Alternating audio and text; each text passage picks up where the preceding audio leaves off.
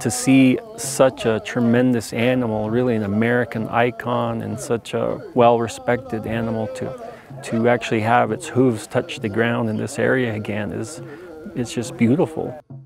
Culturally, bison are very important to a lot of the Native Americans that were on the Front Range back when bison were still here, and it's a very important component to their cultural history of seeing bison back on this landscape. The buffalo have not only kept us alive 100+ years, but also clothed us, housed us, gave us tools, gave us medicines.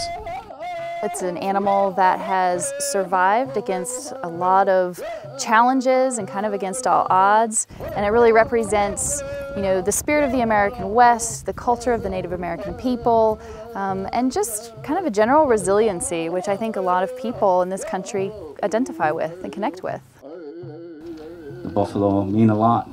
We're a buffalo culture. And all the tribes of America at one day were buffalo, part of the buffalo culture. And that day will happen again.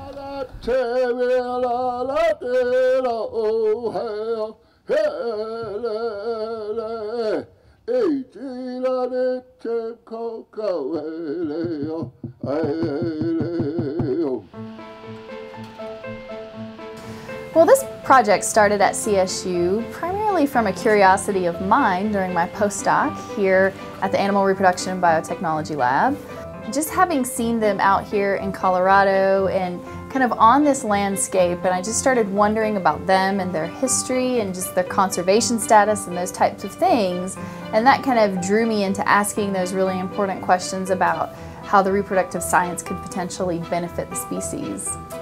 Our interest started back after we'd adopted our management plan for Red Mountain Open Space. One interest was the possibility of bison. We were going through a management planning process for Soapstone Prairie, and the idea of bringing bison back to that landscape was really generated through that process. We'd always been in close contact with the U.S. Department of Agriculture, the Animal Plant Health and Inspection Service folks here in Fort Collins, and they always encouraged us to really think about Yellowstone bison. The Yellowstone herd is an excellent herd for doing restoration or starting new herds from, because within the Yellowstone herd there's four of the five foundation herds represented. The Yellowstone bison are a really special group of animals, and that's for a variety of reasons. One is that they're genetically diverse, and that's directly related to the history of that herd and how it was created even after most of the bison were slaughtered. Anytime you have a genetically valuable group of animals, you want to preserve those and make sure they're well represented in the population. It was very rich with the genetic makeup, very diverse, which is a good population to do restoration from. And the only problem is that it is infected with brucellosis. Brucellosis is a bacterial disease that can infect bison and other animals, including livestock and even people. What Dr. Barfield's working on, which is to a great extent the moving genetics from animals that could be infected with various diseases such as brucellosis, and cleaning up the embryos, the genetics, so that one doesn't move the disease with the genetics. We don't do any genetic manipulation, so we're not altering the DNA. We're simply preserving the DNA that's out there already. We can fertilize eggs in the lab, or if we have animals that are in our facility, we can do artificial insemination. Dalen Figgs with the city and I had met with Jack Ryan because he had learned about what we were interested in. And with his conservation herd at Foothills campus, he had hoped to find a place to be putting them out on the landscape versus in the holding pens there.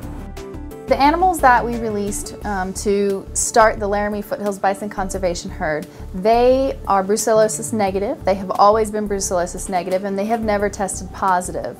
So the 3 calves that we reintroduced, though, 2 of them came from artificial insemination, and that semen that was used for that artificial insemination was from a bison that had brucellosis. And so we performed a technique where we cleaned up the sperm, and then we're able to ensure that we weren't passing on the disease to the mother. And so those animals were actually born here in our facility. We made sure they were healthy, and then we approved them for release, which made them a part of the initial 10 that started the herd.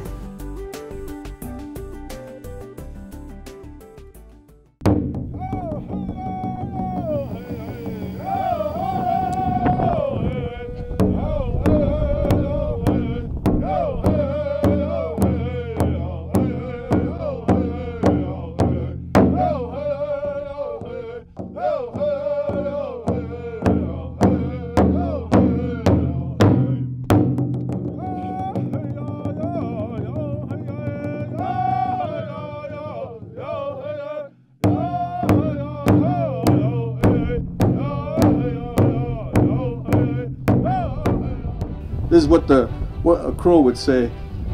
And awalba itchik, meaning it's a good day.